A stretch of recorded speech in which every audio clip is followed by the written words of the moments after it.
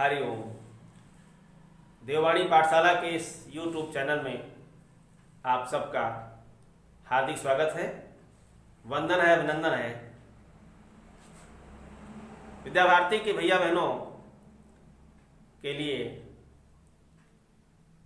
आज हम लेकर के आए हैं हमारी वर्णमाला, हिंदी वर्णमाला।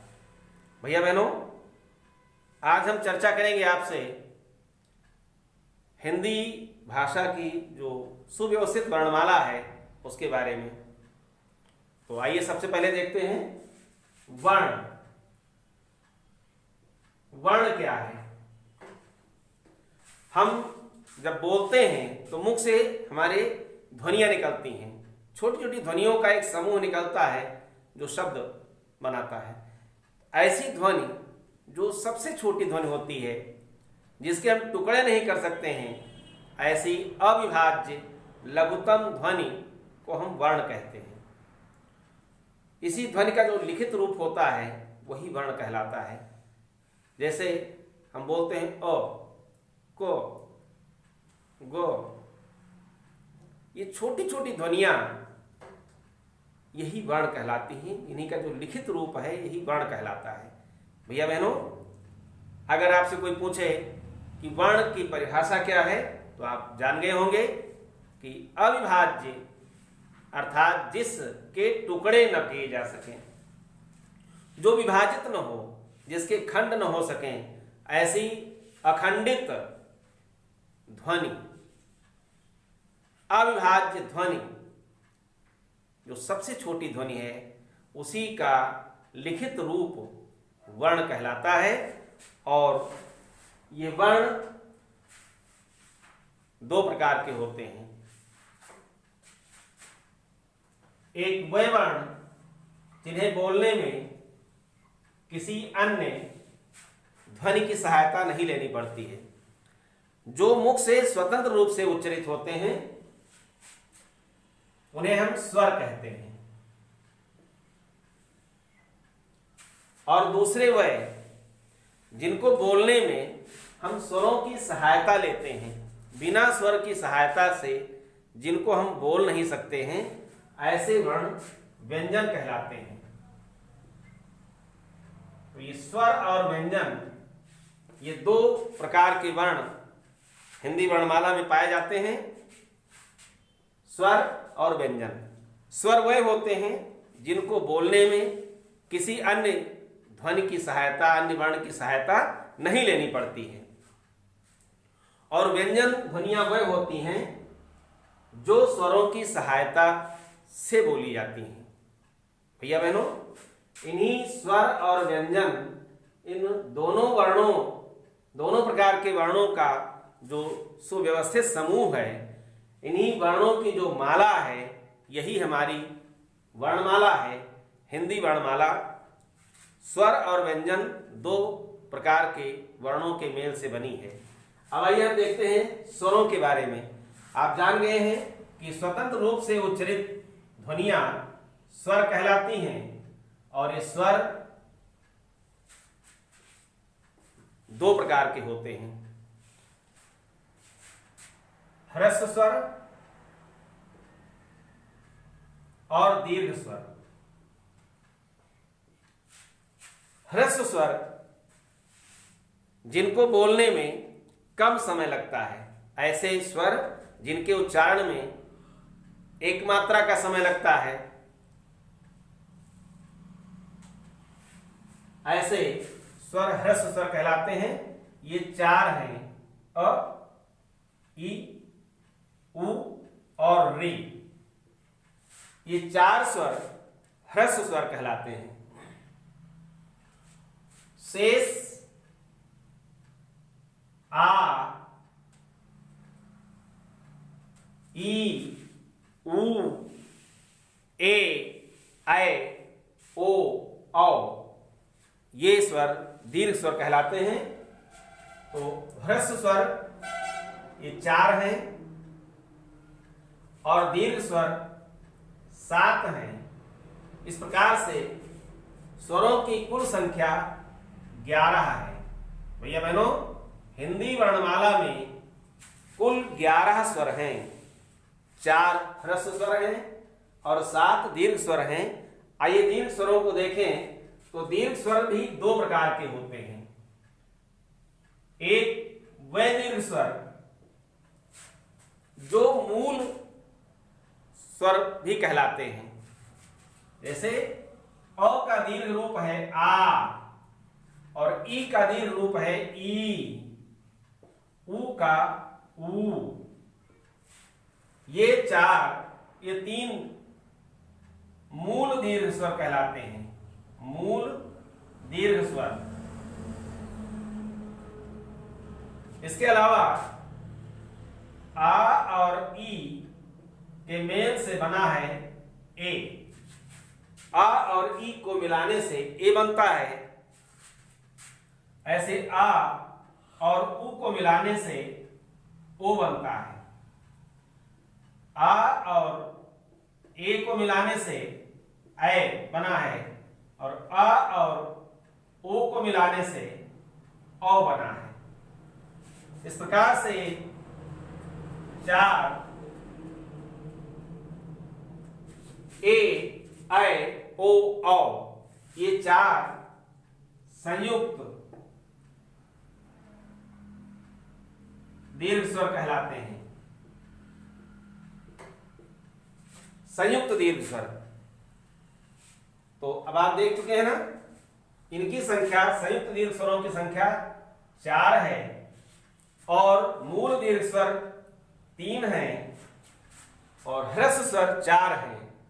4 3 7 4 11, कुल स्वरों की संख्या 11 है। हिंदी वर्णमाला में 11 स्वर हैं। संस्कृत की वर्णमाला में 9 स्वर हैं। तो जब कभी भी आपसे पूछा जाए स्वर कितने, तो हिंदी में अगर कोई पूछ रहा है तो आप 11 बताएंगे और संस्कृत में अगर पूछ रहा है तो 9 बताएंगे। हिंदी के 11 स्वर हैं। स्वर 2 प्रकार के हैं, ह्रस्व और दीर्घ। आपने देखा ह्रस्व स्वरों की संख्या 4 है, अ, ई, उ, रे। और दीर्घ स्वर 2 प्रकार के हैं, एक मूल दीर्घ स्वर और दूसरे संयुक्त दीर्घ स्वर। मूल दीर्घ स्वर 3 हैं, आ, ई, उ। और जो संयुक्त दीर्घ स्वर हैं ये 2 स्वरों के मेल से बने हैं। इन्हें संयुक्त दीर्घ स्वर या संधि स्वर भी कहते हैं। आ और ई का मेल होने से ए बनता है, आ और उ का मेल होने से ओ बनता है। गुण संधि के अंतर्गत आप आगे पढ़ेंगे, ए ओ जहां होगा वहां गुण संधि होगी। ऐसे आ और ए को मिलकर के वृद्धि हुई है, ऐ हुआ है। आ ओ को मिलकर के औ हुआ है। ऐ और औ जहां जहां संधि होने पर होते हैं वहां वृद्धि संधि होती है। भैया बहनों, इस प्रकार से ये स्वरों की संख्या कुल 11 है। इसमें किसी प्रकार का संशय नहीं होना चाहिए, किसी भी प्रकार का भ्रम नहीं होना चाहिए। जब भी आपसे पूछा जाए कि स्वरों की संख्या कितनी है तो आपको स्पष्ट रूप से बताना है कि हिंदी वर्णमाला में स्वर 11 होते हैं। जब आपसे पूछा जाए कि ह्रस्व स्वर कितने हैं तो आप 4 बताएंगे, दीर्घ स्वर कितने हैं तो आप 7 बताएंगे। 7 और 4 ये मिल करके इनका योग 11 होता है। कुल स्वर 11 हैं, ना 12 हैं ना 13 हैं। दुर्भाग्यवश किन्हीं किन्हीं पुस्तकों में कहीं कहीं आपको 13 लिखा दिखेगा, वहां पर आप भ्रमित मत होइएगा। स्वरों की संख्या 11 ही होती है। भैया बहनों, तो आप जान गए कि स्वर वह वर्ण हैं जो स्वतंत्र रूप से उच्चरित होते हैं। संस्कृत में कहा गया है स्वयं राजन्ते इत स्वराः, जिनकी स्वयं की सत्ता होती है, जिनके उच्चारण में किसी अन्य वर्ण की सहायता नहीं लेनी पड़ती है, वे स्वर होते हैं। और जिनके उच्चारण में स्वरों की सहायता लेनी पड़ती है वे व्यंजन कहलाते हैं। व्यंजन की संख्या आप देखें 35 है। इसमें से ये व्यंजन 3 प्रकार के हैं। आप देखें क, ख, ग, घ, ङ, च, छ, ज झ ञ ट ठ ड ढ ण ता था दा धा ना पा फा बा भा मा। ये 25 कवर्ग, चवर्ग, टवर्ग, तवर्ग और पवर्ग मिला करके ये 25 स्पर्श व्यंजन कहलाते हैं। इनको हम स्पर्श व्यंजन कहते हैं। स्पर्श व्यंजन, इनकी संख्या 25 है। इनका उच्चारण करने में हमारी जिह्वा मुख के अंदर विभिन्न भागों का स्पर्श करते हुए इन्हें उच्चारित करती है, इसलिए स्पर्श व्यंजन कहलाते हैं। कभी जीभ कंठ के पास जाकर के इनको बोलना पड़ता है, कभी तालु से स्पर्श होता है, कभी मूर्धा से स्पर्श होता है, कभी दांत से स्पर्श होता है। तो इस प्रकार से मुख के अंदर विभिन्न भागों का जब स्पर्श करके इन ध्वनियों का उच्चारण हम करते हैं तो ये व्यंजन ध्वनियां स्पर्श व्यंजन कहलाती हैं। और स्पर्श व्यंजन की संख्या आप देख रहे हैं का से लेकर के मां तक ये 25 है। भैया बहनों, कवर्ग के अंतर्गत जो वर्ण आते हैं क ख ग घ ङ, इन्हें आप बोलकर देखिए क ख ग घ ङ। ये सभी वर्ण कवर्ग के अंतर्गत ये जो 5 वर्ण हैं क ख ग घ ङ, ये पांचों कंठ से उच्चारित होते हैं, इसलिए इनको कंठ वर्ण कहते हैं। इनका उच्चारण स्थान कंठ है। कंठ से बोले जाने के कारण ये कंठ वर्ण कहलाते हैं। ऐसे चवर्ग के वर्ण जो हैं चा, बोलकर देखिए चा, छा, जा, झा, या, ये ताल से उच्चारित होते हैं, इसलिए चा, छा, जा, झा, या ये चवर्ग तालव्य वर्ण कहलाते हैं। ऐसे ट, ठ, ड, ढ, ण, इनका उच्चारण स्थान मूर्धा है। ट, आप देख रहे हैं बोलते समय टा टा टा ठा डा ढा णा, जीभ ऊपर ऐसे मुड़ करके और ऊपर मूर्धा में ठोकर मारती है, इसके बाद इन वर्णों का उच्चारण होता है। ये टवर्ग के वर्ण ये सब मूर्धन्य वर्ण कहलाते हैं। आगे देखिए ता, था, दा, धा, ना, ता, था, दा, धा, ना। भैया बहनों, आप बोल करके देखिए, इन्हें बोलते समय जिह्वा दांत से स्पर्श करती है। दांत से स्पर्श होने के कारण ये दंत वर्ण कहलाते हैं। तो तवर्ग के अंतर्गत आने वाले जितने भी वर्ण हैं वो सभी दंत वर्ण हैं। ता, था, दा, धा, ना। ऐसे पा, पा, अगर आप ऊंट पकड़ करके बोलेंगे, ऐसे ऊंट को पकड़े रहिए और पा बोलना चाहें तो नहीं बोल सकते हैं। पा, फा, बा, भा, मा। छोटा बच्चा जब बोलना शुरू करता है उसके मुख में दांत नहीं होते हैं, तो इसीलिए पहले वो माँ बोलता है, पा पापा बोलता है, बाबा बोलता है। तो ये पा, फा, बा, भा, मा, इन वर्णों को बोलने में दांतों की कोई आवश्यकता नहीं होती है। छोटा बच्चा प्रारंभ में इन्हीं ओष्ठ वर्णों को बोलता है। पा, फा, बा, भा, मा, ये पांचों ओष्ठ वर्ण हैं, इनका उच्चारण स्थान ओठ है। फिर आगे हम देखते हैं तो या, रा, ला और वा। या, रा, ला, वा, ये 4 अंतस्थ वर्ण कहलाते हैं। अंतस्थ, अंतस्थ व्यंजन है। ये अंतस्थ इसलिए कहलाते हैं क्योंकि ये स्वर और व्यंजन के मध्य की कड़ी है। इन्हें अर्ध स्वर भी कहा जाता है। या, रा, ला, वा। हिंदी में यही क्रम है, सही क्रम है या, रा, ला, वा। लेकिन यही जब संस्कृत में आप पढ़ेंगे तो क्रम हो जाएगा या, वा, रा, ला। संस्कृत में सही क्रम होगा अंतस्थ व्यंजनों का या, वा, रा, ला।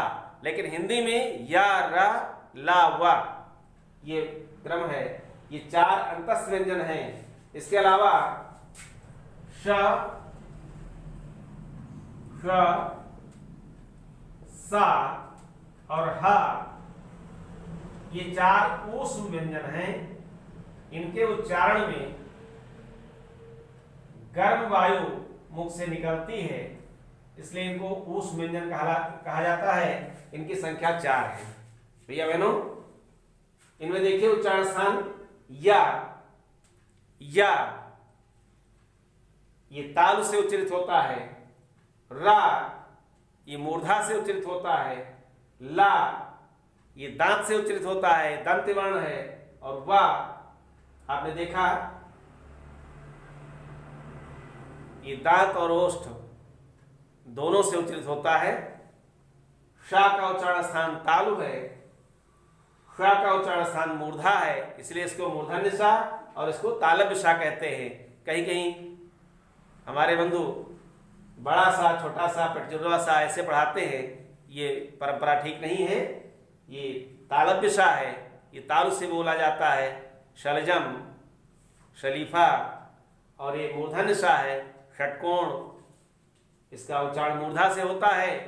और दंत सा है, सड़क, सांप, सपेरा। ये दंत वर्ण है, दंत सा है। और ह का उच्चारण स्थान कंठ है। तो फिर से देखें, या का उच्चारण स्थान तालु है। रा का मूर्धा है। ला का दंत है। वा का दांत और ओष्ठ दोनों है। और इस शा का तालव्य है, तालु है। और इस शा का मूर्धन्य शा का मूर्धा है। दंत शा का दांत है। और हा का कंठ है। तो अब आप समझ गए होंगे कि व्यंजन 3 प्रकार के हैं, स्पर्श व्यंजन, अंतस्थ व्यंजन और ऊष्म व्यंजन। भैया बहनों, 25 स्पर्श व्यंजन हैं, जिसमें कवर के अंतर्गत आने वाले व्यंजन सभी कंठ वर्ण हैं। चवर के अंतर्गत आने वाले व्यंजन तालव्य वर्ण हैं। और टवर्ग में आने वाले जो वर्ण हैं 5, ये मूर्धन्य वर्ण हैं। तवर्ग में आने वाले ये दंत वर्ण हैं। पवर्ग में आने वाले ये ओष्ठ वर्ण हैं। या, अलावा ये अंतस्थ व्यंजन हैं। श, ख, स, ह ये ऊष्म व्यंजन हैं। इस प्रकार से व्यंजनों की संख्या कितनी हुई? 25, 4, 29 और 29, 4, 33। कुल 33 व्यंजन हैं। 11 स्वर हैं, 33 व्यंजन हैं। इस प्रकार से संख्या हुई 44। कितनी हुई? 44। स्वर और व्यंजन मिला करके कुल 44 हैं। इसके अलावा भी कुछ वर्ण हैं जिन्हें हम देखें तो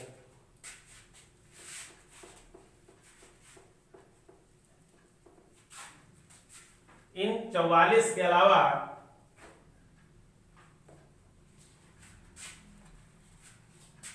श,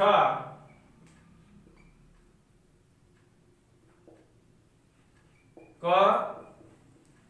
श और आ के योग से बना है क्ष। ऐसे त्र,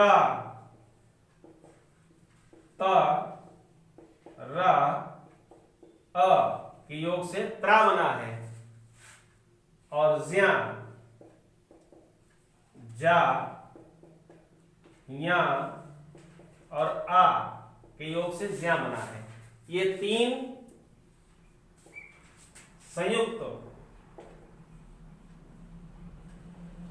संयुक्ताक्षर हैं या संयुक्त वर्ण हैं। इनकी संख्या 3 है। इसके अतिरिक्त स्र, श, र, आ के योग से बना है ये मिश्र वर्ण है, यह मिश्र वर्ण है, एक है। इसके अतिरिक्त आप देखें ऐसे ड के नीचे बिंदी और ढ के नीचे बिंदी, ये दो द्विगुण व्यंजन हैं, इनको द्विगुण व्यंजन कहते हैं।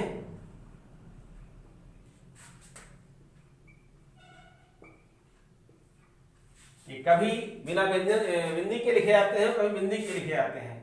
ध्यान रहे कभी भी ये बिंदी युक्त ये दोनों वर्ण शब्द के प्रारंभ में नहीं लिखे जाते हैं, ये हमेशा बीच में ही या अंत में लिखे जाते हैं। जैसे चढ़ाई, चढ़ाई,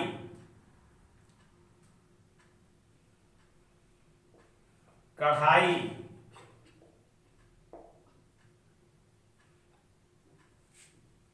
पढ़ाई आदि। चिड़िया, अब इसमें अगर ऐसे लिख देंगे हम तो ये चिड़िया हो जाएगा, चिड़िया। यहां बिंदी लगाना आवश्यक है, चिड़िया। देख रहे ना, ये वर्ण द्विगुण व्यंजन है, ये शब्द के प्रारंभ में कभी भी नहीं लिखे जाते हैं। इन्हें उच्छिष्ट वर्ण भी कहते हैं, उच्छिष्ट, उच्छिष्ट वर्ण भी कहते हैं।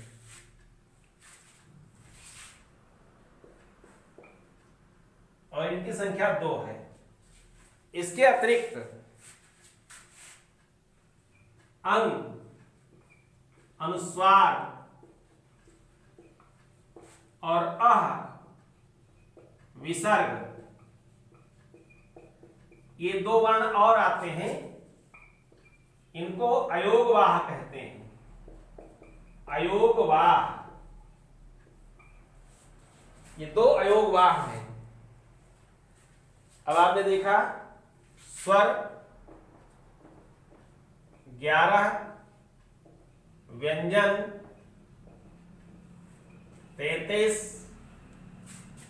संयुक्ताक्षर 3, मिश्र वर्ण 1, उच्छिष्ट वर्ण 2 और अयोगवाह 2। कुल संख्या कितनी हुई? 11, 33, 44, 3, 47, 1, 48, 2, 50 और 2, 52। तो इस प्रकार से हिंदी वर्णमाला में कुल 52 वर्ण हैं। भैया बहनों, आप सबको एक छोटा सा प्रयास हमने किया है वर्णमाला के बारे में बताने का। ये अयोगवाह क्यों कहलाते हैं, अंग और आह को अयोगवाह क्यों कहते हैं? अगर इनको ऐसे हल्के में देखा जाए तो कभी कभी इनको आप स्वरों के साथ लिखा पाएंगे और वहां पर स्वरों की संख्या 13 आपको मिलेगी और स्वरों की तरह ही इनकी मात्राएं भी लगती हैं। लेकिन स्वर और अयोगवाह में बस इतना फर्क है भैया बहनों, स्वर जितने भी हैं वे सभी व्यंजन के बाद आते हैं। स्वर सभी व्यंजन के बाद आते हैं और ये अयोगवाह इसलिए हैं क्योंकि ये स्वरों के बाद आते हैं, ये कभी व्यंजन में नहीं जुड़ते हैं, ये जुड़ करके नहीं चलते हैं, इसीलिए योगवाह नहीं कहलाते हैं, अयोगवाह कहलाते हैं। आइए जरा हम देखें एक शब्द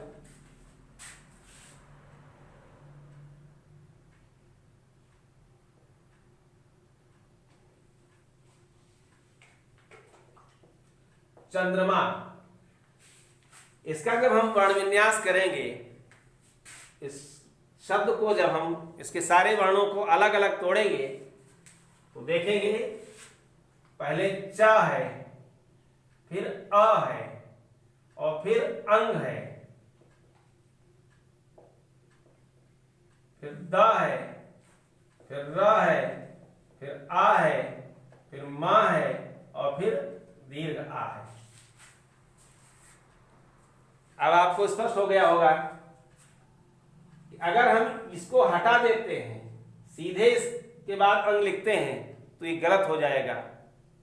भैया बहनों, ये जो अनुस्वार है ये इसीलिए अयोगवाह है। जो विसर्ग है प्रातः, प्रातः आप देखें प र आ, फिर त अ, फिर अह, ये प्रातः का वर्ण विन्यास है। यहां पर देखिए विसर्ग स्वर के बाद आया है और बाकी जितने स्वर हैं वो सब व्यंजन के बाद आए हैं। तो भैया बहनों, ये जो अयोगवाह हैं ये अयोगवाह इसीलिए हैं क्योंकि ये स्वरों के बाद आते हैं और स्वर व्यंजन के बाद आते हैं। ये स्वर और व्यंजन के बीच की कड़ी हैं। ये न स्वर है न व्यंजन है, इसलिए इनको अयोगवाह कहते हैं। अब आप समझ गए होंगे कि वर्ण अविभाज्य लघुत्तम ध्वनि का नाम वर्ण है। वर्ण को अक्षर भी कहते हैं। अक्षर अविनाशी होता है। न क्षरत इति अक्षरः, जो क्षरित न हो, जिसमें क्षरण न हो, जिसमें कमी न हो, वही अक्षर होता है, ब्रह्म का पर्याय होता है। और यही वर्ण जो अविभाज्य लघुत्तम ध्वनि है उसका लिखित रूप वर्ण होता है। वर्ण दो प्रकार के आपने पढ़े हैं, स्वर और व्यंजन। स्वरों की संख्या आपने देखा 11 होती है, जिसमें से अ, ई, उ और रे ये 4 मूल स्वर हैं, ह्रस्व स्वर हैं। और आ, ई, उ, ए, ऐ, ओ, औ ये 7 दीर्घ स्वर हैं। दीर्घ स्वरों में आपने 2 प्रकार के स्वर पढ़े हैं, मूल दीर्घ स्वर आ, ई, उ और संधि दीर्घ स्वर या संयुक्त दीर्घ स्वर जिन्हें हम ए, ओ, ऐ, औ कहते हैं। फिर व्यंजनों में आपने देखा कि व्यंजन वह होते हैं जिनके उच्चारण में स्वरों की सहायता लेनी पड़ती है। व्यंजन की आधी मात्रा होती है, ये बिना स्वर के पूरे नहीं होते हैं। व्यंजन 3 प्रकार के आपने देखे। पहला स्पर्श व्यंजन, इनकी संख्या 25 है। ये का से मां तक वर्णमाला में गिने गए हैं। यावा राला, या रा लावा, इनको अंतस्थ व्यंजन कहते हैं। इन्हें अर्ध स्वर भी कहते हैं। आजकल केवल अर्ध स्वरों के अंतर्गत या और वा को ही गिना जाता है। फिर क्ष, त्र, ज्ञ ये 3 संयुक्ताक्षर हैं। स्र मिश्र वर्ण है। 2 ये ढ़, ढ़ द्विगुण व्यंजन या उच्छिप्त वर्ण कहलाते हैं। अंग और आ अनुस्वार और विसर्ग ये दोनों अयोगवाह कहलाते हैं। इस प्रकार से कुल वर्णों की संख्या 52 है। हिंदी वर्णमाला में यही 52 स्वर हैं, 52 वर्ण हैं। लेकिन जब आपसे पूछा जाएगा कि वर्ण कितने प्रकार के होते हैं तो आप यही बताएंगे, वर्ण 2 प्रकार के होते हैं, स्वर और व्यंजन। जब आपसे प्रश्न होगा कि व्यंजन कितने प्रकार के होते हैं तो बिना किसी संदेह के, बिना किसी हिचक के आपको कहना है व्यंजन 3 प्रकार के होते हैं, स्पर्श व्यंजन, अंतस्थ व्यंजन और ऊष्म व्यंजन। संयुक्ताक्षर 3 हैं, क्ष, त्र, ज्ञ और स्र ये मिश्र वर्ण है। डा के नीचे बिंदी और ढा के नीचे बिंदी ये 2 वर्ण केवल हिंदी में हैं, संस्कृत में ये नहीं है। संस्कृत की वर्णमाला में इनकी गिनती नहीं होती है, न इनका उच्चारण होता है। ये द्विगुण व्यंजन कहलाते हैं, इन्हें उच्छिप्त वर्ण भी कहा जाता है। अंग और आह अनुस्वार और विसर्ग ये अयोगवाह हैं। इस प्रकार से जब आपसे पूछा जाएगा अयोगवाह कितने तो 2 बताएंगे, द्विगुण व्यंजन कितने तो 2 बताएंगे, मिश्र वर्ण 1 है, संयुक्ताक्षर 3 है व्यंजन कुल 33 हैं, स्पर्श व्यंजन 4 हैं, अंतस्थ व्यंजन 4 हैं, स्पर्श व्यंजन 25 हैं, अंतस्थ व्यंजन 4 हैं, ऊष्म व्यंजन 4 हैं और कुल संख्या वर्णों की 52 है। शेष अगले वीडियो में हम फिर आपको मिलेंगे। हमारी ऑनलाइन कक्षाओं में आप सभी जुड़े रहें। ये वीडियो आपको परमानेंट रूप से अगर देखना है, बार बार देखना है, तो आपको हमारे YouTube चैनल को सब्सक्राइब करना होगा। देववाणी पाठशाला चैनल पर आप इस वीडियो को हमेशा हमेशा देखते रहेंगे, देख सकेंगे। शेष फिर मिलेंगे, तब तक के लिए विदा। बहुत बहुत धन्यवाद।